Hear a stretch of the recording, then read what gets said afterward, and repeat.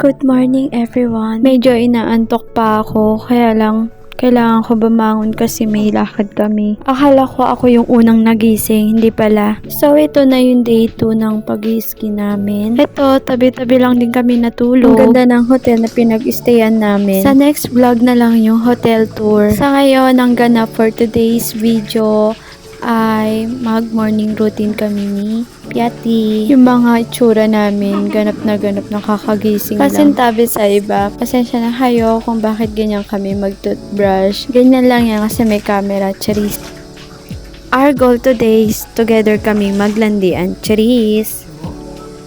Medyo nag-struggle nga kami ni Piati dyan kasi sobrang lamig ng water. Medyo maarte tayo for today's video kaya nagdala kami ng facial wash. Charis. Alam nyo ba, gandang-ganda talaga ako sa facial wash na yon.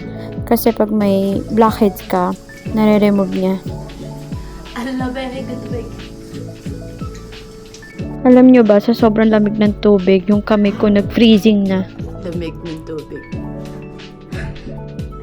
Good morning. May heater naman, kaya lang. So, kung gamitin yung cold water para sa face ko, pinipimples tayo. Kakayakin yan. Kaka-night shift ko.